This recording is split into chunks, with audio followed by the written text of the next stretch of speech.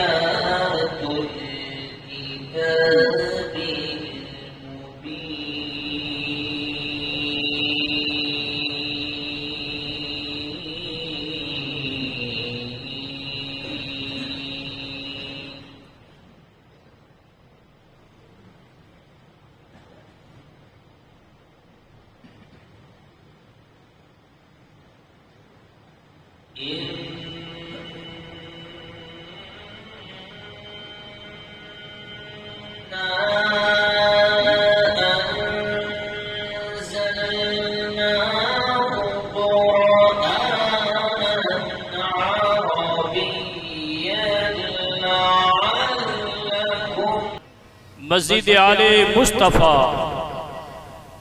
सुभान और हमदर्द कौम व मिल्लत, मुस्लिह कौम व मिल्लत, मुबल्लिग सुन्नी दावत इस्लामी हाफिज़ कारी अब्दुल रहीम साहब क़िबला, नाज़िम आला दारुल उलूम बरकात ख्वाजा आमूद, हम हजरत के ममनून व मशकूर हैं कि हजरत हमारी दावत पर यहाँ पर हाजिर आए हैं। आपके इस्तक़बाल के लिए मैं हमारे मुहिब मोहतरम हाफिज़ कारी हाफिज़ शैब साहब कि अल्हम्दुलिल्लाह इस मस्जिद के तामीर काम में जिनकी बड़ी खिदमात और बड़ी कुर्बानी रही है, वो आए और हाफिज़ साहब का इस्तक़बाल करें। नारे तकबीर, नारे रिसालत, उलमा अहले सुन्नत, सादात किराम और दारुल फैज़ान औलिया के मुदर्रिस और मस्जिद इमाम अहमद रज़ा के बेहतरीन इमाम मुफ्ती शमसा साहब क़िबला के इस्तक़बाल के लिए मैं हमारे हाफिज़ सिराज साहब कि जिनकी भी इस मस्जिद के लिए तगोदौ रही है, वो हमारे मुफ्ती साहब क़िबला का इस्तक़बाल फरमाएँ। नारे तकबीर, नारे रिसालत और हाफिज़ मोहम्मद इब्न इस्माइल मद्दाह रसूल सना खान मुस्तफ़ा मुदर्रिस दारुल उलूम फैज़ान औलिया, इनके इस्तक़बाल के लिए मैं हमारे हाजी अब्दुल करिया साहब के जिनका भी अल्हम्दुलिल्लाह हिस्सा रहा है, वो आए और हाफिज़ साहब का इस्तक़बाल करें। नारे तकबीर, नारे रिसालत और मैं हमारे जनाब अब्बास भाई तलाटी के अल्हम्दुलिल्लाह रजिस्टर और इसका बंदारण वगैरह लिखने में हमारे अब्बास चाचा का भी एक अहम रोल रहा है। मैं उनके इस्तक़बाल के लिए मैं हाफिज़ शैब साहब को कहूँगा कि वो हमारे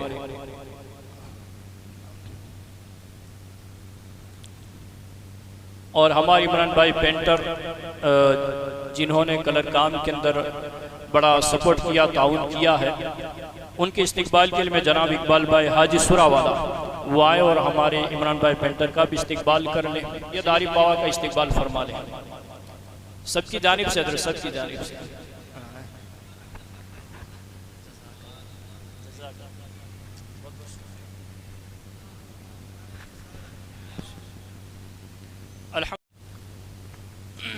नारे तकबीर, नारे रिसालत, उलमा अहले सुन्नत।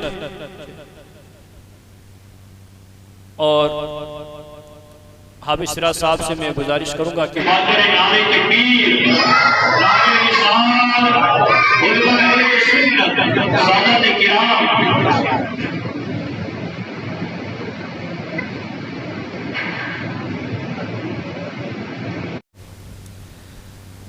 नेमतें बांटता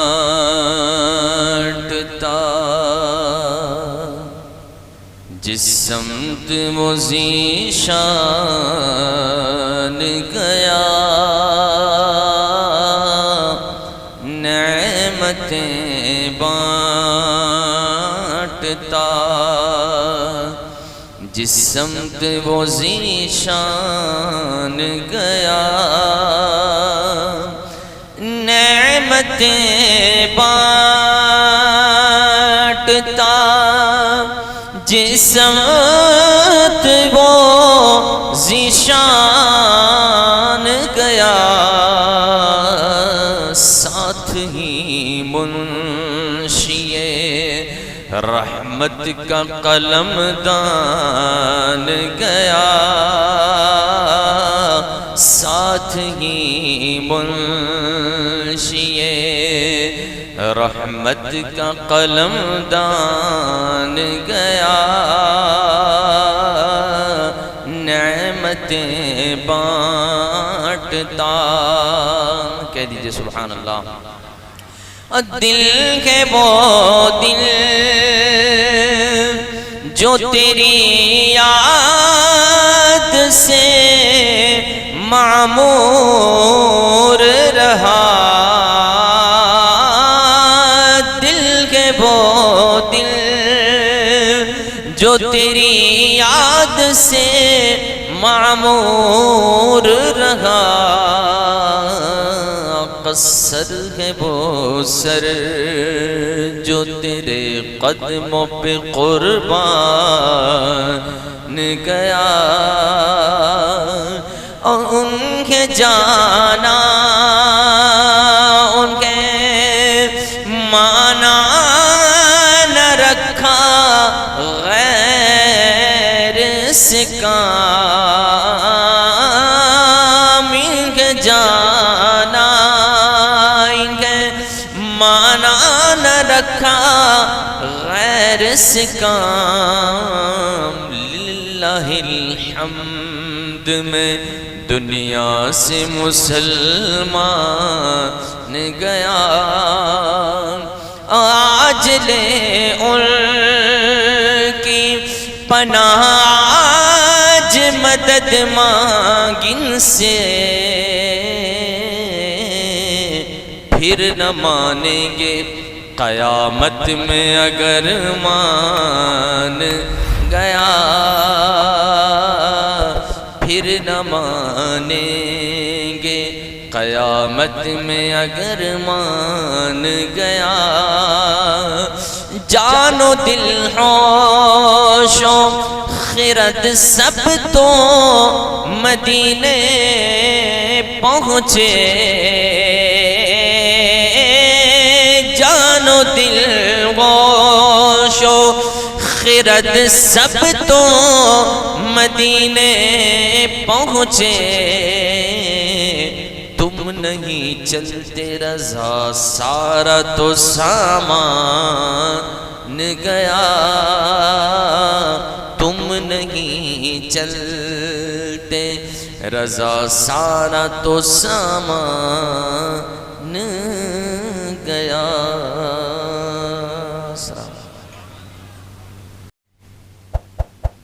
आप तमामी हजरात बहुत ज़्यादा काबिल मुबारकबाद हैं कि काफ़ी जिद्दोजहद और मेहनत के बाद आप तमामी हजरात ने मस्जिद आले मुस्तफ़ा की तामीर की आज, और आज उस मस्जिद के इफ्तिताह का आपने प्रोग्राम रखा।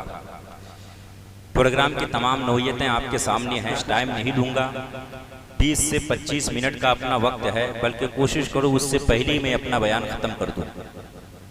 अच्छे खासे लोग आपके सामने बैठे हैं, सादात किराम भी है, उलमाए किराम भी है, और काफ़ी सारे ज़िम्मेदार हजरात भी यहाँ पे मौजूद है। मैं चंद पैगामत इस्लामिया मस्जिद की तामीर और मस्जिद की अहमियत, उसकी ज़रूरत और मस्जिद के क्या हुकूक है, और हुजूर अलैहिस्सलातु वस्सलाम ने मस्जिद से मुताल्लिक कौन कौन सी बातें कही है, कुछ बातें मैं इजमालन आपके सामने रखने की कोशिश करूँगा। अल्लाह तबारक व तआला कुरान पाक में इरशाद फरमाता है, इन्नमा यामुरु मसाजिदल्लाह, कि जिसका तर्जमा है कि बेशक अल्लाह की मस्जिदों को वही आबाद करते हैं जो लोग अल्लाह और क़यामत के दिन पर ईमान रखते हैं। ये तर्जमा है इसका। याद रखिए, हमारे हुजूर मोहम्मद अरबी सल्लल्लाहु ताला अलैहि वसल्लम जो सादिक भी है और मसदूक भी है, जो सादिकुल वाद भी है, आप जिससे जो वादा फरमा ले आप वफा करके ही रहते हैं और करके ही रहेंगे इंशाअल्लाह। हमारे हुजूर फरमाते हैं, मम बना लिल्लाहि मस्जिदन फबनल्लाहु लहू बैतन फिल जन्नह, जिस शख्स ने अल्लाह की रज़ा की खातिर मस्जिद तामीर की। अब इस तामीर करने में जरूरी नहीं कि पूरी मस्जिद कोई शख्स बनाए, अगर किसी ने एक ईंट का भी पैसा दिया, बल्कि 1 रुपये से भी, 1 रुपया से भी अगर तामीर में हिस्सा लिया, तो हुजूर फरमाते हैं फबनल्लाहु लहू बैतन फिल जन्नह, तो अल्लाह उसके लिए जन्नत में एक महल तैयार फरमाएगा। ये हुजूर फरमा रहे हैं और ये वादा है ये, और हुजूर अपना वादा बिल्कुल पूरा करते हैं, जिसको हर मुसलमान जानता है ये। और एक बात और समझिए आप कि मस्जिद से मुताल्लिक अगर हम आपके सामने कुछ बात रखने की कोशिश करें, जैसे अल्लाह ने फरमाया कि अल्लाह की मस्जिदें वही आबाद करते हैं जो अल्लाह पर और क़यामत के दिन पर ईमान रखते हैं। आबाद करने में सिर्फ नमाज नहीं है, ये याद रखिएगा। मुफस्सिरीन ने कहा आबाद करने से मुराद इसकी साफ सफाई, इसको रोशन करना, इसको मुअत्तर करना, इसको मुनव्वर रखना, इसकी हर तरह की अच्छी चीज़ों से इसको हमेशा मुज़य्यन और मुनव्वर रखना, ये सब आबाद करने में आती है। ये तमाम चीज़ें आबाद करने में आती है। खुद मस्जिद नबवी को हर जुमा के रोज मुअत्तर करने के लिए एक सहाबी को हुजूर ने मुकर्रर कर दिया था, जो हर जुमा को धूनी देकर मस्जिद नबवी को मुअत्तर किया करते थे। तो ये सब तामीर, ये सब के सब मस्जिद की आबादी में, कि मस्जिद आबाद करने में आते हैं। मस्जिद खुद मेरे हुजूर क्या फरमाते हैं? मेरे हुजूर फरमाते हैं कि मेरी उम्मत के जितने अफराद हैं, तमाम लोगों के अमाल मेरे पास, मेरे सामने पेश किए जाते हैं। हुजूर फरमाते हैं कि हत्ता के मेरे सामने वो अमल भी पेश किया जाता है कि अगर कोई शख्स मस्जिद की सफाई के गर्ज से मस्जिद से एक दिन का भी बाहर फेंकता है, तो वो अमल भी मेरे सामने पेश किया जाता है। हुजूर फरमाते हैं वो अमल भी मेरे सामने पेश किया जाता है। और मस्जिद की अहमियत और ये जरूरत अगर आप समझना चाहेंगे, तो हुजूर सल्लल्लाहु ताला अलैहि वसल्लम ने जब मक्का मुकर्रमा से मदीना मुनव्वरा हिजरत फरमाई, तो मदीना मुनव्वरा में दाखिल होने से 2-3 मील पहले एक मोहल्ला है, एक जगह है जिसको कुबा कहते हैं। वहां हुजूर ने 14 दिन क़याम फरमाया, 10 और 4 14 दिन हुजूर ने क़याम फरमाया। और उसके दरमियान हुजूर ने सबसे पहले, याद रखिए, मस्जिद तो वैसे सबसे पहले जो अल्लाह ने तामीर करवाई हजरत आदम अलैहिस्सलाम के इस दुनिया में आने के बाद, जन्नत से जमीन पे तशरीफ लाने के बाद, वो बैतुल्लाह शरीफ है। और दूसरी मस्जिद वो मस्जिद अक्सा है। खुद हुजूर से पूछा गया कि सबसे पहले कौन सी मस्जिद बनाई गई? हुजूर ने फरमाया बैतुल्लाह शरीफ का। उसके बाद तो हुजूर ने फरमाया 40 साल के बाद मस्जिद अक्सा बनाई गई। और ये तामीरी काम अल्लाह ताला ने हजरत आदम अलैहिस्सलाम से लिया, और अल्लाह ने फरमाया, ऐ आदम तुम पहले इंसान हो और ये पहला घर है इस जमीन पर। बैतुल्लाह को बनाने के बाद अल्लाह ने फरमाया, वैसे तो ये, लेकिन हुजूर अलैहिस्सलाम ने हिजरत जब फरमाई, तो हिजरत फरमाने के बाद इस्लाम की सबसे पहली जो मस्जिद बनी वो मस्जिद कुबा, जहां हुजूर ने 14 दिन क़याम फरमाया। अभी मदीने में दाखिल नहीं हुए, 14 दिन हुजूर ने मकाम कुबा में आपने क़याम फरमाया और वहां मस्जिद बनाई, मस्जिद कुबा। 14 दिन तक वहां आपने क़याम फरमाया। ये इस्लाम की पहली मस्जिद है। इसके ताल्लुक से इमाम तिरमिज़ी अपनी किताब जामे तिरमिज़ी में लिखते हैं, हुजूर सल्लल्लाहु ताला अलैहि वसल्लम ने फरमाया, हुजूर सल्लल्लाहु ताला अलैहि वसल्लम ने फरमाया, जामे तिरमिज़ी में हुजूर ने फरमाया कि जो शख्स मस्जिद कुबा में 2 रकात नफल नमाज पढ़ेगा, जो भी शख्स, जिसको अल्लाह तौफीक दे, जो शख्स मस्जिद कुबा में 2 रकात नफल नमाज पढ़ेगा, अल्लाह तबारका व ताला उसको एक उम्रे का सवाब अता फरमाएगा। ये इस्लाम की सबसे पहली मस्जिद है हुजूर अलैहिस्सलातु वस्सलाम ने।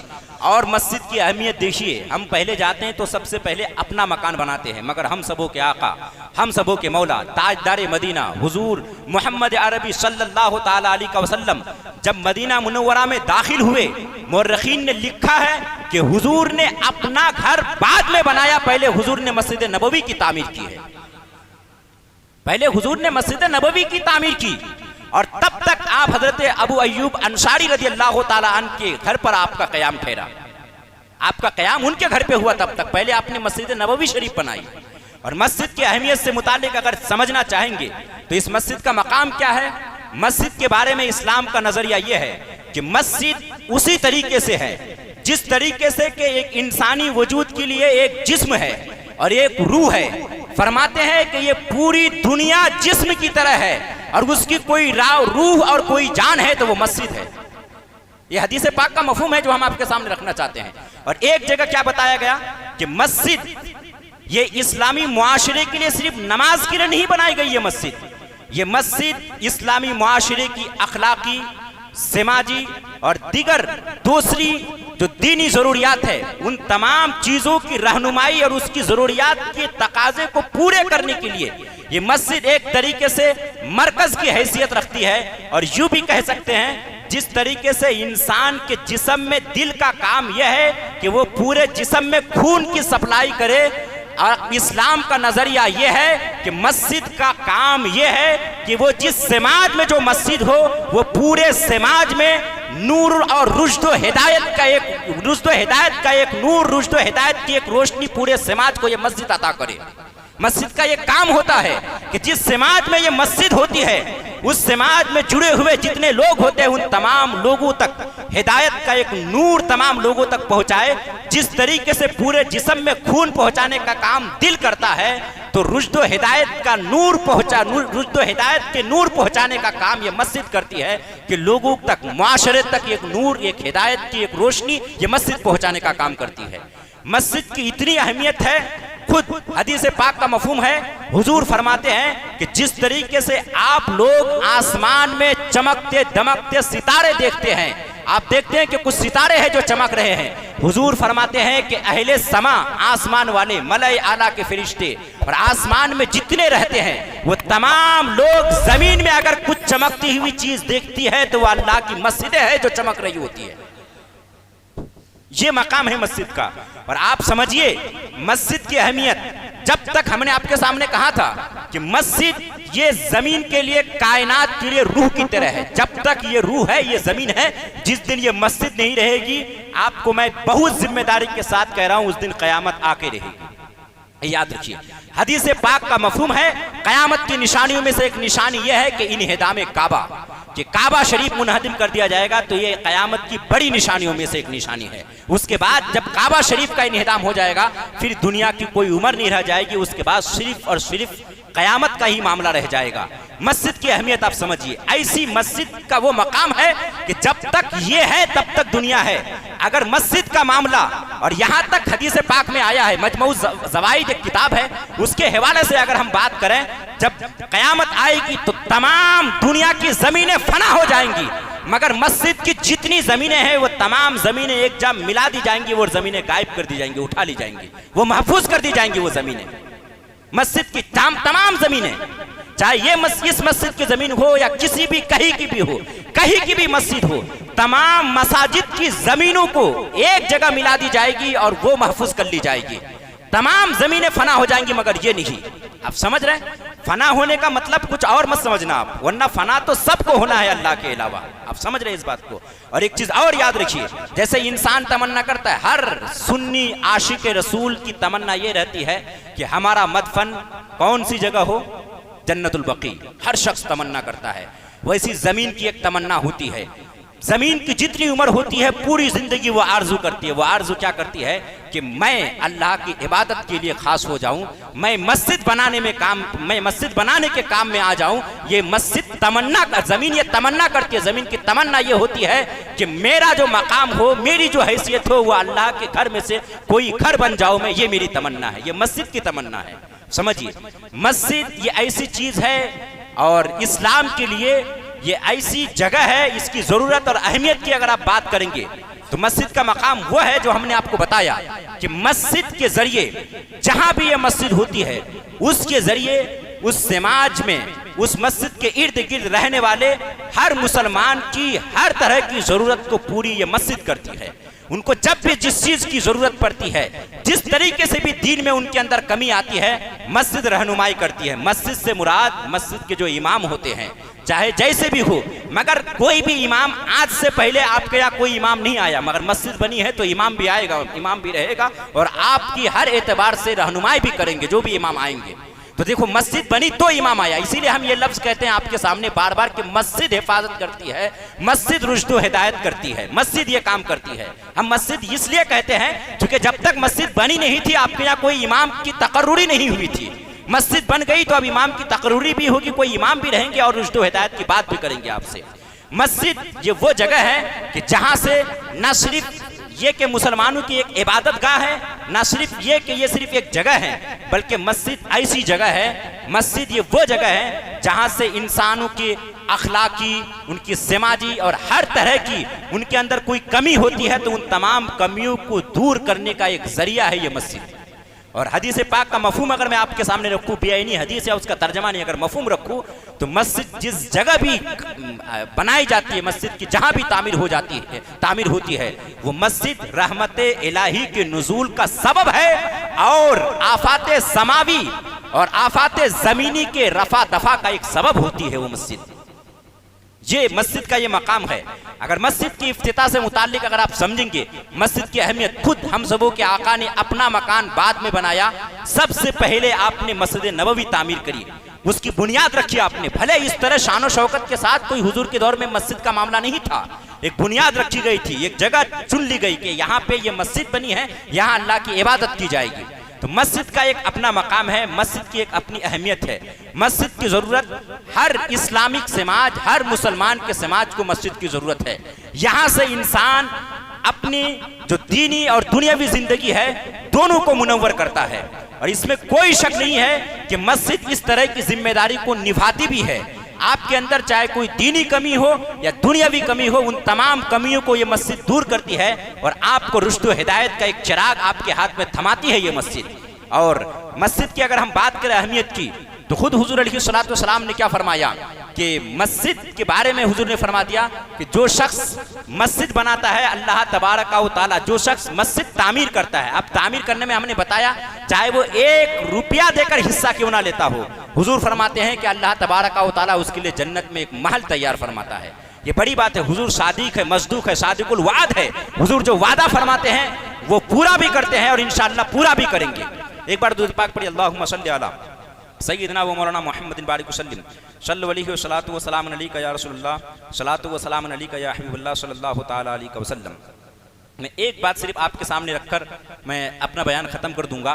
हज़रत अनस बिन मालिक रज़ियल्लाहु तआला अन्हु से मरवी, वो फरमाते हैं कि इंसान के मरने के बाद भी 7 ऐसे आमाल है जिसका सवाब इंसान को मिलते रहता है। 7 हजरत अनस बिन मालिक फरमाते हैं कि उनमें से एक तामीर मस्जिद है, उसमें हिस्सा लेना। वैसे एक बहुत मशहूर हदीस है कि 3 चीज़ें ऐसी है कि तमाम आमाल जो है इंसान के मुनक़ता हो जाते हैं, मगर 3 आमाल जिसमें इल्म नाफ़े बताया गया है, सदक़ा जारिया बताया गया है और एक नेक औलाद, ये 3।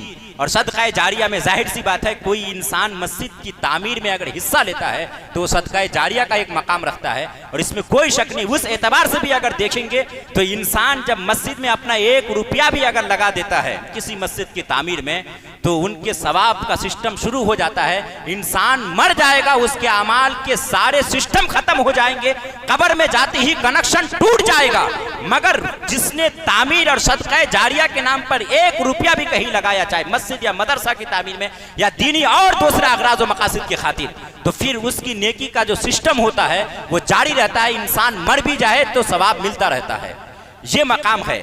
अगर आप आदमी समझे अगर इस चीज़ को कि मस्जिद की कितनी ज़रूरत है, इसका मकाम क्या है, अब आप अंदाज़ा लगा सकते हैं कि मस्जिद की इतनी अहमियत है कि ये क़यामत की निशानियों में से एक बड़ी निशानी ये है कि फिर मस्जिदों का मामला ख़त्म हो जाएगा। ये क़यामत की बड़ी निशानियों में से है। और जिस दिन मस्जिदों का मामला गया उस दिन इस दुनिया की बहुत ज़्यादा उम्र नहीं रह जाएगी। मगर ये भी याद रखिए कि इन्हिदाम काबा का मामला तब आएगा जबकि दुनिया में मुसलमानों का कोई वजूद नहीं रह जाएगा, उस वक़्त ये मामला आएगा। वरना ये क़यामत की निशानियों में से बहुत सारी बातें हैं कि भाई क़यामत जाहिर सी बात है, क़यामत मुसलमानों पर नहीं आने वाली है। मुसलमानों को क़यामत आने से पहले बहुत अच्छी खुशबू और फीनी हवा चलेगी जो इंसान को धीरे धीरे बेहोश करेगी मुसलमानों को। और इंसान ऐसा लगेगा कि हम सो रहे हैं, तमाम इंसान ये सोचेंगे हम सो रहे हैं, फिर वो ऐसे सो जाएंगे फिर दोबारा कभी जगेंगे नहीं, यानी रूह कब्ज़ हो जाएगी। इस तरीके से तमाम मुसलमान की रूह चली जाएगी। और फिर उसके बाद काफिरों की एक ज़िंदगी होगी जो जानवरों की जैसे एक दूसरे को काट खाने वाली ज़िंदगी चलेगी। वो एक अलग मामला है, वो इंशाल्लाह हम कभी आपके सामने रखेंगे। बहरहाल बोलने में किसी तरह की कोई लग्जिश भी हो इस्तिग़फ़ार करें। हमारे पास एक खुसूसी खिताब के लिए खास मेहमान हाफिज़ अब्दुल रहीम साहब मोहतमीम दारुल उलूम बरकाते ख्वाजा आमोद, वो भी आपके सामने हाजिर है। उनसे भी आपको सुनना है, एक अच्छा और नायाब खिताब आपको समाअत करनी है। बहरहाल बोलने में किसी तरह की कोई लग्जिश हुई इस्तिग़फ़ार करें। अस्तग़फ़िरुल्लाह रब्बी मिन कुल्लि ज़ंबि व अतूबु अलैहि व मा अलैना इल्लल बलाग। अस्सलामु अलैकुम व रहमतुल्लाहि तआला व बरकातुहू। नहमदुहु व नुसल्ली अला रसूलिहिल करीम, अम्मा बाद। फ़अऊज़ु बिल्लाहि मिनश शैतानिर रजीम, बिस्मिल्लाहिर रहमानिर रहीम। सुब्हानल्लज़ी असरा बिअब्दिही लैलन मिनल मस्जिदिल हराम इलल मस्जिदिल अक़सा अल-अक़सल्लज़ी बारकना हौलहु लिनुरियहु मिन आयातिना इन्नहु हुवस समीउल बसीर। सदक़ल्लाहु व सदक़ रसूलुहुन नबियुल अमीनुल करीम व नहनु अला ज़ालिका लमिनश शाहिदीन वश्शाकिरीन वल्हम्दुलिल्लाहि रब्बिल आलमीन। मिलकर पढ़े अस्सलातु वस्सलामु अलैका या रसूल अल्लाह, अस्सलातु वस्सलामु अलैका या हबीब अल्लाह,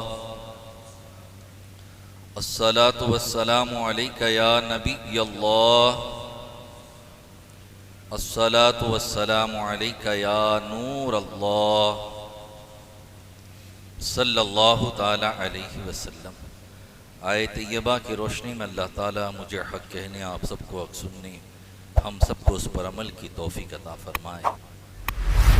सबसे औला व आला हमारा नबी, सबसे बाला व वाला हमारा नबी, अपने मौला का प्यारा हमारा नबी, दोनों आलम का दुल्हा हमारा नबी, खल्क से औलिया, औलिया से रसूल और रसूलों से आला हमारा नबी। कौन देता है देने को मुँह चाहिए, देने वाला है सच्चा हमारा नबी। गमज़दों को रज़ा मुज़दा दीजिए के हैं, बेकसों का सहारा हमारा नबी। दुरूद शरीफ पढ़ ले मोहब्बत के साथ। अल्लाहुम्मा सल्ली अला सय्यदना नबियना व मौलाना मुहम्मदिन व अला आलि सय्यदना मौलाना मुहम्मदिन व बारिक वसल्लिम। सलातों व सलाम अलैका या रसूलुल्लाह सल्लल्लाहु अलैहि वसल्लम। शब जुमा भी है और शब 11वीं भी है। शब जुमा में अल्लाह ताला आका करीम इरशाद फरमाते हैं, रूए ज़मीन पर फरिश्तों के गिरोह को नाजिल करता है जिनके हाथों में सोने के कागज होते हैं और चांदी के कलम होते हैं। शब जुमा में भी और रोज़े जुमा, जुमा की रोशन शब में और जुमा के नूरानी दिन में। अब ये कागज और कलम लेकर वो मासूम जमात करती क्या है? आका फरमाते हैं जो इस शब में या आने वाले दिन में मुझ पर दुरूद पढ़ते हैं वो उनका नाम लिख लेते हैं। तो इसलिए शब जुमा में खूब दुरूदों की कसरत करें और दिन में भी दुरूद पढ़ने की कोशिश करें। उसूल बरकत के लिए एक दुरूद शरीफ की फजीलत अर्ज करूं। अबू दरदा रज़ी अल्लाह तआला अन्हु से रिवायत है, आका करीम सल्लल्लाहु अलैहि वसल्लम ने इरशाद फरमाया कि तुम में का कोई ऐसा नहीं जो मुझ पर दुरूद पढ़े और उसकी आवाज मुझ तक न पहुंचे, यानी मैं सुनता हूं। आला हज़रत सरकार इसी को तो फरमाते हैं, दूर और नजदीक के सुनने वाले वो कान लाले करामत पे लाखों सलाम। मैं सुनता हूं।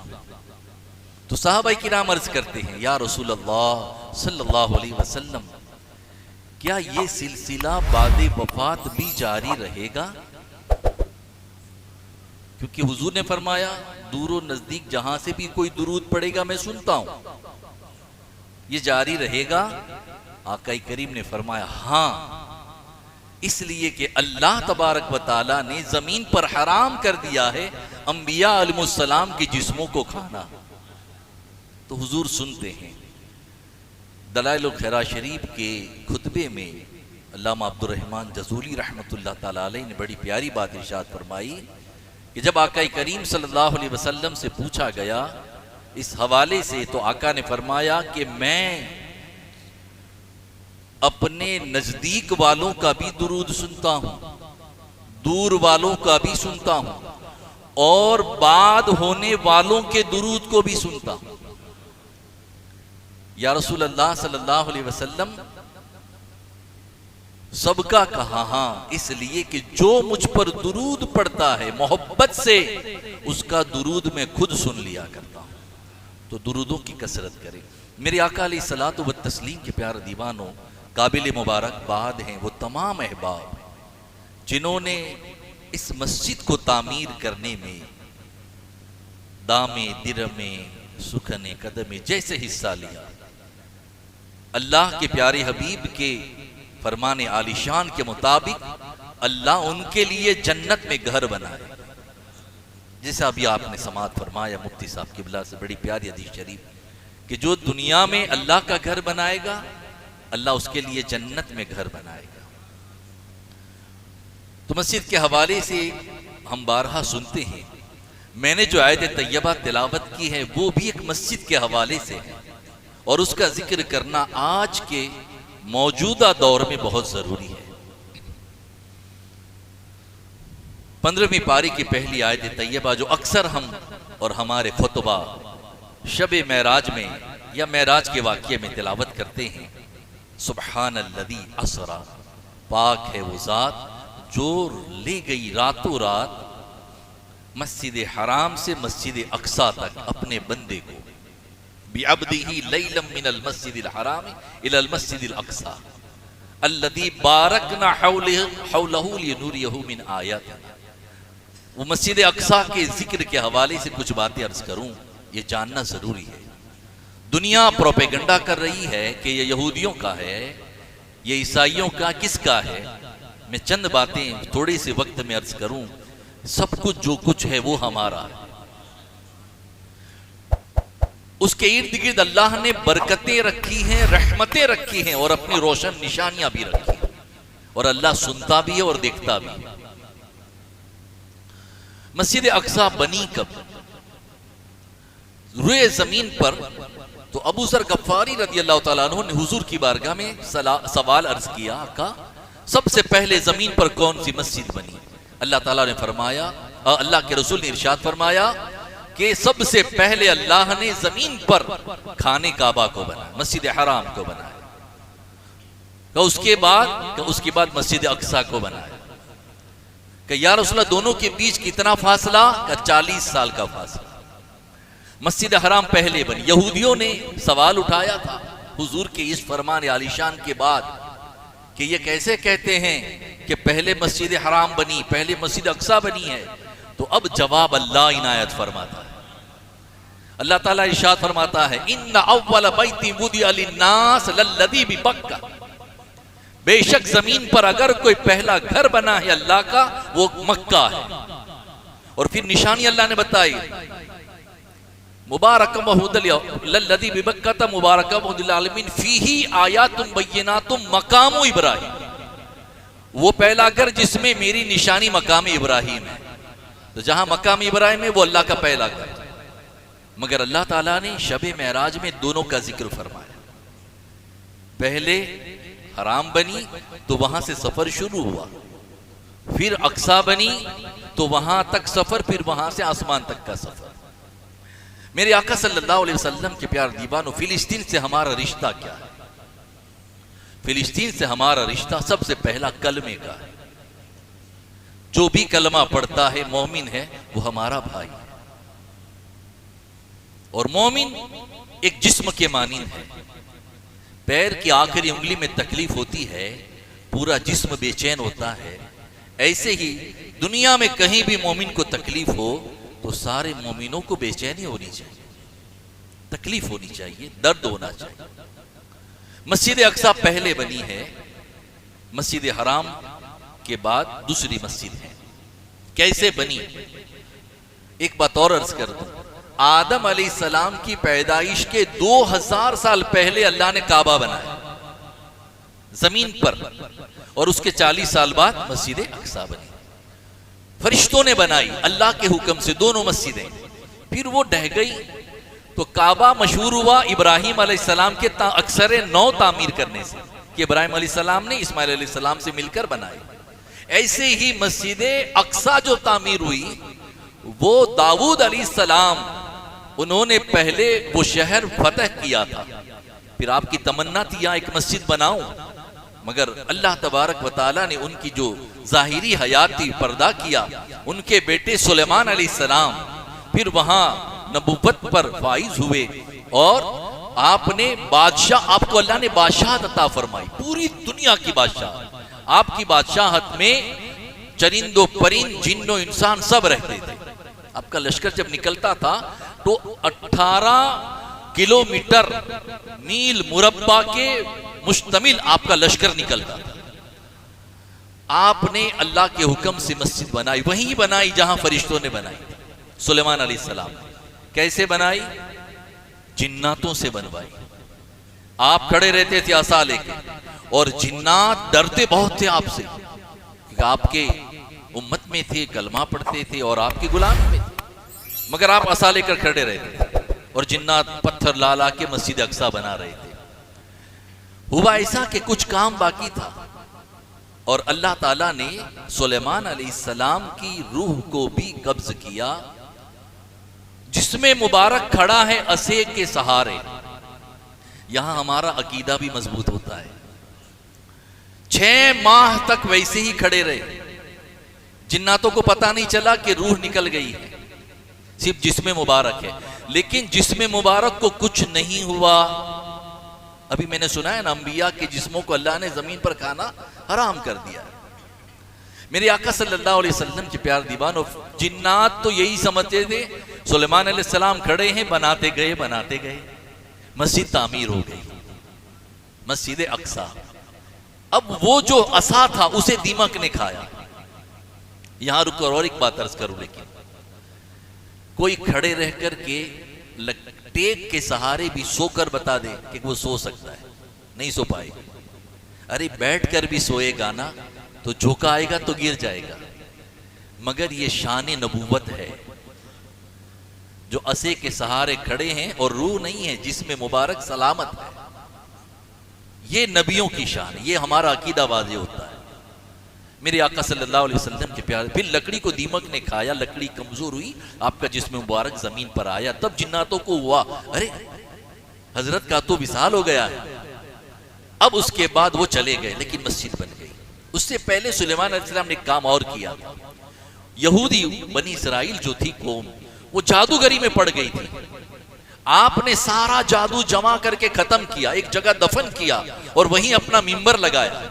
उसी को ये लोग हैकल सुलेमानी कहते हैं, यहूदी। वो हमारे लिए बोले मुकद्दस जगह है। मस्जिद अक्सा ही में सैयदना ईसा अलैहिस्सलाम की विलादत हुई, तो ईसाई उसे अपना मुकद्दस मकाम मानते हैं, लेकिन ये बनाई है अंबिया अलैहिस्सलाम ने। अल्लाह के फरिश्तों ने, और हमारा ईमान अल्लाह पर भी है, फरिश्तों पर भी है, नबियों पर भी है और किताबों पर भी है, तो बनाई है मोमिनीन के लिए। अब देखें मेरे आका सल्लल्लाहु अलैहि वसल्लम के क्या हुआ इसका मामला। उसके बाद एक अरसा गुजर गया, मगर यहां मूसा अलैहिस्सलाम ने इबादत की और अंबिया ने इबादत की। मूसा अलैहिस्सलाम से लेकर आखिर ईसा अलैहिस्सलाम तक जितने अंबिया आए सब ने उसी की तरफ रुक करके नमाज पढ़ी। हमारे हुजूर ने भी किबला अव्वल बनाया और उसकी तरफ रुक करके नमाज पढ़ी, तो हमारे लिए मुकद्दस है।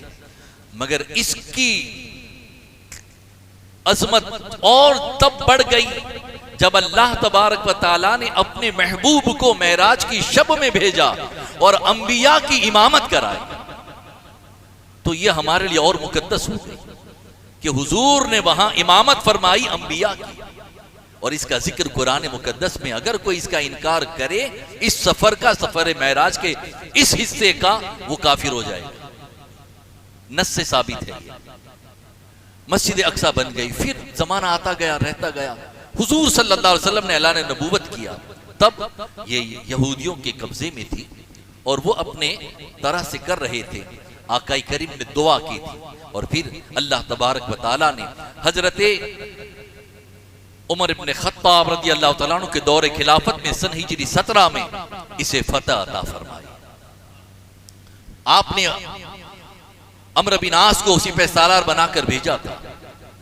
4 महीने तक उसका घेरा रहा। फिर उसके बहुत बड़े आलिम ने किले पर चढ़कर कहा, ए मुसलमानों, तुम हमें फतह नहीं कर सकते, हमारी किताबों में एक शख्सियत का जिक्र है, वो फतह कर सकता है, उनकी निशानियां ये हैं। और फिर उनका नाम बताया, उनका नाम उमर है, उनका लक़ब फारूक है। हजरत इब्न आस रज़ियल्लाहु ताला अन्हु खत लिखा फौरन अमीरुल मोमिनीन के ऊपर कि ये बात है, लेकिन ये जानिसारा ने मोहम्मद कभी पीछे नहीं हटते। अमीरुल मोमिनीन को बुलाने के लिए भेज दिया और यहां मुसलमानों ने फिर चढ़ाई की और शहर को फतह कर लिया। किला फतह हुआ। कहा हम चाबियां, कहा वही हमारे अमीर जिनका आपकी किताब में जिक्र है, उनकी सरपरस्ती में ही आए हैं, क्या चाबी उन्हीं के हाथ में देंगे। अमीरुल मोमिनीन तशरीफ लाए। ये बड़ी लंबी दास्तान है, मगर मैं उस तरफ न जाऊंगा। आपके हाथ में चाबी थी, शहर फतह हुआ। आपने फरमाया जो लोग रहना चाहेंगे जिजिया देकर वो शहर में रहे। जबरदस्ती किसी को निकाला नहीं। बहुत पुराना चर्च था, का रहने दो, जो ईसाई अपनी इबादत करते वो करते रहे, उन्हें छेड़ना नहीं, उन्हें तोड़ना नहीं। तो ये लोग जो कहते हैं कि जबरदस्ती निकाला नहीं है, उनसे जिजिया लेकर रहने दिया था। मेरे आका सल्लल्लाहु अलैहि वसल्लम के प्यार दीवानों, फिर उसके बाद ईस्वी सन 1099 में हमारा दौर खिलाफत खत्म हुआ, बादशाही दौर आया और कमजोर बादशाहों के जमाने में और मुसलमानों के आपसी इख्तिलाफ ने सलीबी जंग में ये फिर ईसाइयों के कब्जे में चली गई ईस्वी सन 1099 में। लेकिन 88 साल के बाद सरकार बगदाद गौसे पाक की दुआओं में वो असर दिखाया कि गौस पाक के गुलाम ने, जिनका नाम हजरते सुल्तान सलाहुद्दीन अय्यूबी रहमतुल्लाह ताला अलैह है, आपने फतह फरमाई फिर से। सुल्तान सलाहुद्दीन अय्यूबी 18 जंगें की उन्होंने फतह करने के लिए, और उनमें से कुछ जंगें तो मुसलमानों से करनी पड़ी थी। फिर जंग, उसके बाद फतह किया। जब फतह हो गई, पहला इमाम भी जो मुकर्रर हुआ है वो गौसे पाक के शागिर्द हैं। आपने पहला और 700 साल तक मुसलमानों के हिस्से में रही। फिर जब पहली वर्ल्ड वॉर हुई 1917 में और खिलाफती उस्मानिया को तोड़ दिया गया, तब ये दोबारा अंग्रेजों ने मिलकर, पूरे यूरोप ने मिलकर, इसमें अमेरिका भी शामिल है, इंग्लैंड भी शामिल है और दीगर फ्रांस वगैरह शामिल हैं, इन्होंने इसको यहूदियों को बसाया यहूदियों को। मगर मुसलमान थे, धीरे धीरे यहूदी अपने पैर फैलाने लगे। सन 48 में मुल्क बना दिया गया इजराइल, वरना उसका कोई वजूद नहीं था, ये फिलिस्तीन ही पहले से। मेरे आका सल्लल्लाहु अलैहि वसल्लम के प्यार दीवानों, 67 की जंग में फिर तय हुआ कि बैतुल मुकद्दस की देखभाल जॉर्डन की हुकूमत करेगी और यहां पर किसी का कब्जा नहीं, लेकिन मुसलमान नमाज पढ़ेंगे। तो मेरे आका सल्लल्लाहु अलैहि वसल्लम के प्यार दीवानों, वो पाक सरजमीन बहुत शोहदा की कुर्बानियों के बाद भी कई बार वो शहर उजड़ा, लेकिन अल्लाह ने फिर उसको आबाद फरमाया है, चूंकि वहां नबियों की निशानियां हैं। आज उजाड़ तो रहे हैं, लेकिन अल्लाह फिर आबाद फरमाएगा इंशाअल्लाह। मगर अब मैं जो बात कहूंगा वो सुने। वो ऐसी मस्जिद है जिसको आबाद करने के लिए वहां की माएँ अपनी औलादे भेजती हैं। उन्हें नहीं पता ये वापस आएगा कि नहीं आएगा, लेकिन वो माँ भेजती है कि जाओ मस्जिद अक्सा। वो जवान जाता है नमाज पढ़ने के लिए, हो सकता है शहीद भी होकर आए, मगर वो जाते हैं। मेरे आका सल्लल्लाहु अलैहि वसल्लम के प्यार दीवानों, वो मस्जिद की आबादी के लिए वो अपनी जानों की कुर्बानी पेश कर रहे हैं, मगर हम अपने महल्ले की मस्जिद में नमाज फज्र में अपना बिस्तर छोड़कर हाजिर नहीं होते। वो कुर्बानियां पेश कर रहे हैं, वहां मातम है, और यहां शादियों की सीजन में मुसलमान डीजे के ताल पर नाच रहा है। लोग अपनी मस्ती में मस्त है, वहां छोटे छोटे बच्चे शहीद किए जा रहे हैं। शहीद, अल्लाह उनके दर्जात को बुलंद करे, मगर हम अपनी गफलत में पड़े हैं। मेरे आका सल्लल्लाहु अलैहि वसल्लम के प्यार दीवानों, मस्जिद बना ली है, ये आबाद करने का एक तरीका है, लेकिन सिक्के की दो पहलू होती है। तो आबाद करने का दूसरा तरीका यह है, इसे सजदों से आबाद किया जाए। ये लाइटिंग करना, ये अच्छी टाइल्स लगाना, अच्छे झूमर लगाना अच्छी ही बात है, लेकिन इतना करके हमारा काम खत्म नहीं होता है। सिक्का वही चलता है जिसकी दोनों तरफ छाप हो।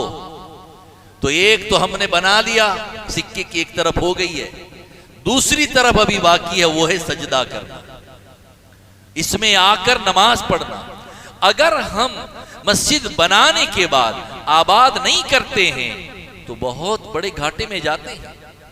आकाई करीम सल्लल्लाहु अलैहि वसल्लम इरशाद फरमाते हैं, ये मस्जिद की दरो दीवार दुआएं करती है। दो दुआ होती है, अब हम पर है कि हम कौन सी दुआ लें, और हमारा मामला क्या है, हम हमेशा अच्छी दुआ लेते हैं। लेंगे ना इंशाअल्लाह। अल्लाह के रसूल इरशाद फरमाते हैं, जो मस्जिद जिस महल्ले में हो या गांव में हो या शहर में हो, अगर वहां के लोग उसमें आकर नमाज नहीं पढ़ते, सजदा नहीं करते, सजदों से वैरान करते हैं, आका फरमाते हैं मस्जिद की दरो दीवार अब दुआ ये करती है, अल्लाह जिसने मुझे सजदों से वैरान किया तो उसके घर को वैरान कर। अल्लाह। और दूसरी दुआ मेरे आका फरमाते हैं, जो सजदों से इसे आबाद कर दे, इसमें आकर सजदे करें। आका फरमाते हैं दुआ देती है मस्जिद, ए अल्लाह ये दरो दीवार दुआ करती है, अल्लाह जिसने मुझे आबाद किया तो उसके घर को आबाद फरमा दे, घर आबाद होगा। मस्जिद में सिर्फ हम रुकू, मस्जिद का नाम मस्जिद क्यों है? मस्जिद का मानी होता है सजदे की जगह, सजदे की जगह ना, मगर यहां सजदा तो करते नहीं, सिर्फ आके पहले तो कयाम करते हैं, फिर तिलावत करते हैं, फिर रुकू करते हैं, फिर सजदे में तो जाते हैं ना, मगर सजदे की जगह क्यों सिर्फ? तो मेरे आका सल्लल्लाहु अलैहि वसल्लम के प्यारे दीवानों, अल्लाह ताला को सजदा बहुत पसंद है। आका करीम इरशाद फरमाते हैं कि बंदा नमाज में रब से करीब होता है, लेकिन सजदे में बहुत ज्यादा करीब होता है, अल्लाह से कुर्ब। और सजदा सरकार को भी पसंद है, सजदा सरकार को भी पसंद है। तो इसलिए सजदा करना है, यानी नमाज पढ़नी है, इसे आबाद करें। अपने औलादों को हाथ पकड़ कर लेकर आए, सिर्फ असर मगरिब में नहीं, फजर में भी लेकर आए। हक यही है। हम जब बच्चे हमारे जागे हैं तो असर में मगरिब में खेलते तो लेकर आ जाते हैं, लेकिन फजर में सोया है तो सोने रह देते हैं। नहीं, वही असल टाइम है, आप फजर में उसे लेकर आए। तब जाकर के सही बात है कि वो फजर की अहमियत जाने। तो मेरे आका अलैहिस्सलातु व तस्लीम के प्यार दीवानों, इसे आबाद करें। इसकी असल खूबसूरती सजदे है। मैं आपको एक मिसाल दूं, ईद की नमाज होती है ना, बहुत ज्यादा लोग, आपने देखा होगा ईदगाहों की तस्वीरें अखबार में छपती है, हरम की तस्वीर आती है, सजदा किए हुए लोग, कितना अच्छा मंजर लगता है, कितना प्यारा लगता है। तो बस यही है, इसमें सब मिलकर सजदा करो। यही मंजर अल्लाह को भी बहुत पसंद है, इसलिए इसे आबाद करना है। आबाद के साथ इसका अदब भी करना है। अदब बेपनाह जरूरी है इसका। यहां दुनियावी बातें नहीं करनी। आमाल हकारत होने की जो पूरी फहरिस्त है, उसमें से एक वजह यह भी है कि बंदा मस्जिद में जब बातें करता है, उसकी नेकियां ऐसे खत्म होती है जैसे सूखी लकड़ी आग में खत्म हो जाती है। और ये बात जायज बात है, नाजायज बातें तो करनी ही नहीं है, वो तो हराम है। तो बात कौन सी करें? तो फुका फरमाते हैं बात तो सिर्फ इतनी करें जितनी जरूरत है। तो उसकी मिसाल क्या है? का जो मोतकिफ एतिकाफ में बैठता है और जो जरूरत की बात करता है, वही बात कर सकते हैं। उसके अलावा की बात मस्जिद में नहीं कर सकते। जो भी बात करनी है बाहर जाकर करो। इस अहाते में नहीं। हमारे यहां तो जोर जोर से हम बातें करते हैं। कोई बच्चा अगर मजाक मस्ती कर रहा है, बच्चे ही तो करेंगे। हम भी बचपने से गुजरे हैं, हम अपने बचपने को भी याद कर लें कि हमने भी बचपन में ऐसा किया है। तो उसे धमकाएंगे। एक तरफ जमात चल रही है, इधर बच्चों को धमकाया जा रहा है। वो बच्चे दूर हो जाएंगे, उन्हें दूर मत जाने दो, उन्हें मोहब्बत से समझाओ, बेटा ये अल्लाह का घर, यहां अदब करो, धमका कर बाहर मत करो, इन्हें पढ़ने दो नमाज, इन्हें आने दो। बचपन ही से लगाव रहेगा ना, तो जवानी और बुढ़ापे तक वो पढ़ता रहेगा। मेरे आका सल्लल्लाहु अलैहि वसल्लम के प्यार दीवानों, अदब जरूरी है। जो मस्जिद में हंसता है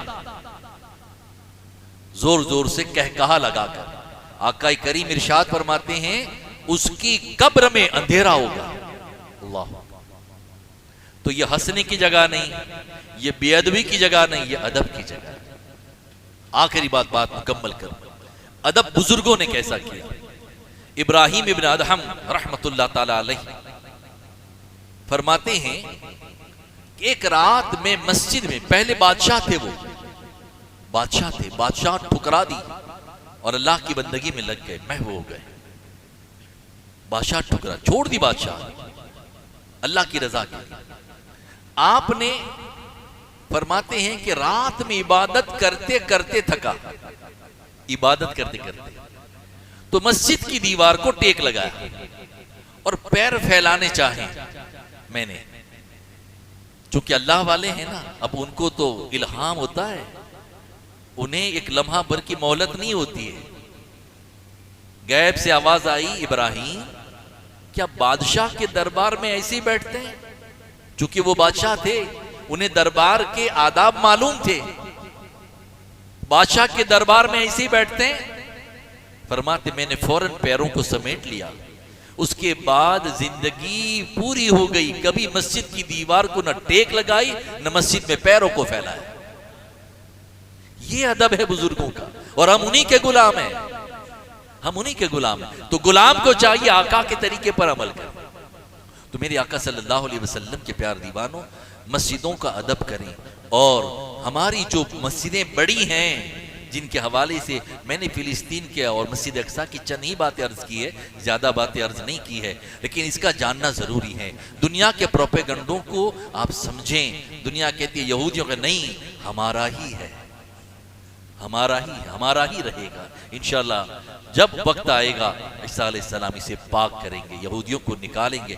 लेकिन इस वक्त भी हमारा फरीजा ये है, हम पहुंच तो नहीं सकते, दुआ तो कर सकते। कुछ लोग सिर्फ मैसेज कर दिए मौलाना जुमा में दुआ करना। ए ईमान वालों, सिर्फ जुमा में नहीं, हमारी हर महफिल में दुआ होनी चाहिए। उनके लिए हर महफिल में, हर नमाज में दुआ होनी चाहिए। जुमा में क्यों? जुमा तो हफ्ते में एक बार आएगा, हर जब हाथ उठाओ अपने भाइयों के लिए दुआ करो, अल्लाह उन मजलूमों की मदद फरमाए। और सिर्फ स्टेटस रखने से काम नहीं चलेगा, नमाज के पाबंद बन के तिलावत करके उनके लिए दुआ करो। गम जताना सिर्फ व्हाट्सएप पर फेसबुक पर नहीं है, असल है मस्जिद में आकर इबादत करके हाथ उठाकर रब की बारगाह में दुआ करो, मौला उनके लिए रहमत नाजिल फरमा, उनके लिए कामयाबी नाजिल फरमा। तो मेरे आका सल्लल्लाहु अलैहि वसल्लम के प्यार दीवानों, एक बात मस्जिद अक्सा की रह गई थी, वो अर्ज कर दूं। उम्मे सलमा रज़ियल्लाहु तआला अन्हा से रिवायत है, माँ उम्मे सलमा फरमाती है उम्मुल मोमिनीन कि आका ने फरमाया, जिसने मस्जिद अक्सा से एहराम बांधा उम्रे का या हज का और लब्बैक पढ़ता हुआ हरम गया, अल्लाह उसके अगले पिछले गुनाहों को माफ फरमा देता है। और एक रिवायत में फरमाया अल्लाह उसके लिए जन्नत वाजिब कर देता है। और सुलेमान अलैहिस्सलाम ने जब ये मस्जिद बना ली थी तो दुआ की, ए अल्लाह जो भी इसमें तेरी रजा के लिए नमाज के लिए आए तो उसके तमाम गुनाहों को माफ फरमा दे। नबी की दुआ है वहां नमाज पढ़ने वालों के लिए। अल्लाह हम सबको भी उस मस्जिद का दीदार कभी भी नसीब फरमाए और मौला ताला उसे तमाम जालिमों के चुंगाल से आज़ाद फरमाए। जो भी कहा अल्लाह ताला उस पर हम सबको अमल की तौफीक अता फरमाए। अस्तगफिरुल्लाह रब्बी मिन कुल्लि ज़ंबि व अतूबु इलैहि। एक ऐलान समात फरमा लें कि आलमी तहरीक सुन्नी दावत इस्लामी शाख भरूच की तरफ से हर साल इज्तिमा होता था। कोविड के बाद से ये सिलसिला मुनक़ता हुआ था, मगर अल्हम्दुलिल्लाह इस साल फिर ये इज्तिमा होने जा रहा है। 4 और 5 नवंबर को आपने बोर्ड पढ़ लिया होगा, आप तक मैसेज पहुंचा होगा। फिर मैं आपको रूबरू दावत देता हूँ। 4 तारीख को औरतों के लिए 12 बजे से लेकर मगरिब तक, और फिर 5 तारीख को मर्दों के लिए सुबह 10 से लेकर रात 10 बजे तक। कोशिश करें औरतों को भी भेजें और खुद भी तशरीफ़ लाएं। मौके के मसाइल जदीदा हुजूर किबला मुफ्ती निज़ामुद्दीन साहब किबला तशरीफ़ ला रहे हैं। अमीर सुन्नी दावत इस्लामी बुलबुल बागी मदीना अलहाज कारी रिजवान साहब, सैयद अमीनुल कादरी साहब किबला और दीगर हमारे बहुत सारे सादात उलमा मुबल्लिगीन तशरीफ़ लाएंगे। आपसे गुजारिश है कसीर तादाद में तशरीफ़ लाएं और सवाब दारिन हासिल करें। हम सबको अमल की तौफीक अता फरमाएं।